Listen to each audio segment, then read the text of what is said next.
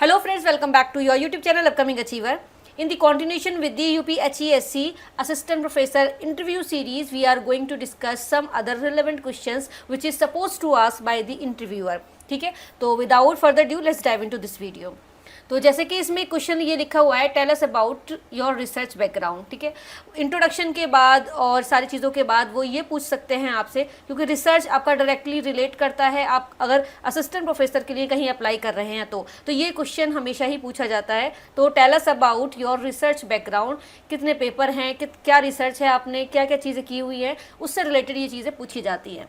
तो आपको किस तरह से आंसर करना है, तो मैं आपको एक काइंड ऑफ टेम्पलेट है, आप इसका स्क्रीनशॉट लेके भी रख सकते हो और अपनी चीज़ें जो भी आपकी एक्सपर्टीज़ हैं उसको इसमें पुट कर सकते हो. तो जैसे इसमें लिखा हुआ है, my research primarily focuses on, मतलब जिस पर भी आपका टॉपिक जो भी है, आपका आपने पीएचडी किया है या जो भी किया है आपने, what ever things you have, तो आप इसमें यहाँ पर अपना जो भी है, जो तैयार किया हुआ होगा आपका, वो यहाँ पर आप पुट कर देना. ठीक है, तो आपका ये चीज़ रेडी हो जाएगी. My research primary focus on, जैसे मैं अपना प्राइमरीली बात करूं तो मेरा जो रिसर्च था, मेरा जो पीएचडी था, वो impact of green revolution on land use and crop production in Uttar Pradesh. ठीक है, तो इसमें क्या चीज़ पर प्राइमरीली फोकस किया गया था, नेगेटिव इम्पैक्ट पे किया गया था या फिर इन्वायरमेंटल इम्प्लीकेशंस पर किया गया था, तो ये सारी चीज़ें आप इसमें दे सकते हैं.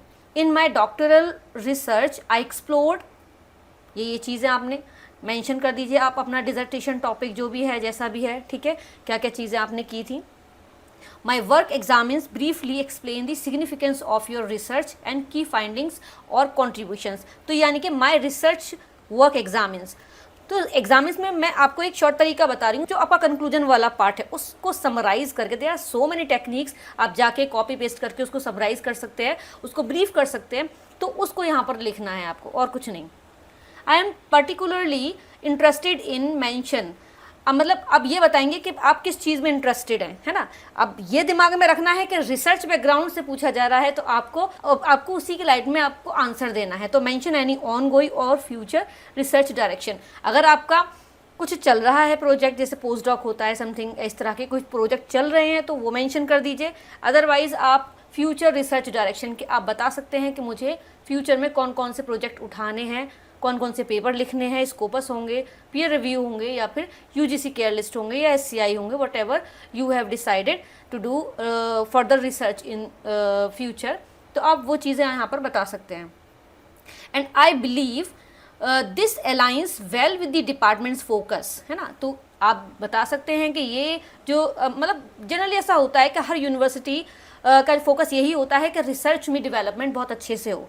तो किसी भी आप स्कूल में है, यूनिवर्सिटी के अंदर किसी भी डिपार्टमेंट में है, तो आप उसके साथ अलाइन कर सकते हैं, उसके विजन मिशन के साथ में. ठीक है, तो यहाँ तक ये सारी चीज़ आ गई. तो link to the department research priorities, जो भी विजन मिशन है, जो भी प्रायोरिटीज़ हैं, उसके चीज़ें आप यहाँ पर लिख कर इसमें अपना पुट कर सकते हैं. ठीक है, तो ये चीज़ आपकी हो गई रिसर्च बैकग्राउंड से रिलेटेड. सोफिस्टिकेटेड होना चाहिए, क्रिस्प होना चाहिए, क्लियर होना चाहिए.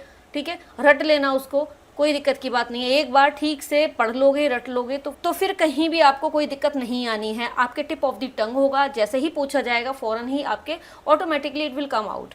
ठीक है, यहाँ तक क्लियर बात हो गई.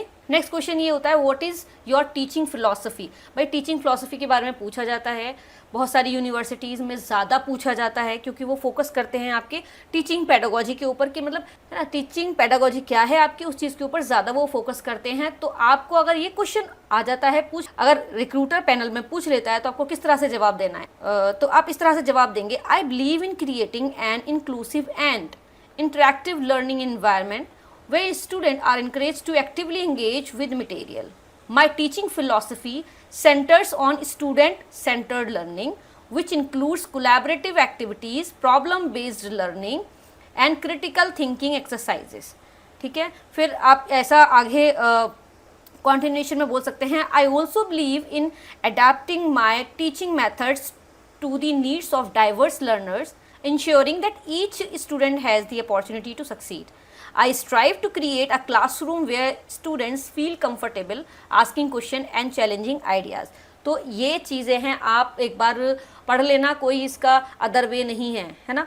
तो ये कुछ चीज़ें ऐसी होती हैं हमेशा इंसान, अच्छा बार बार आप इसकी प्रैक्टिस करोगे तो थोड़े बहुत वर्ड इधर से उधर हो जाएंगे, मॉडिफिकेशन आप अपने हिसाब से कर सकते हो, लेकिन आप इसको अच्छे से पढ़ लो, अच्छे से तैयार कर लो, ताकि ये क्वेश्चन अगर आपसे पूछा जाए तो आप इसका आंसर इस तरह से दे सको, ठीक है ना।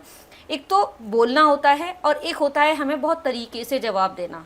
देखो, इससे ये पता चलता है कि you are well organised and well prepared.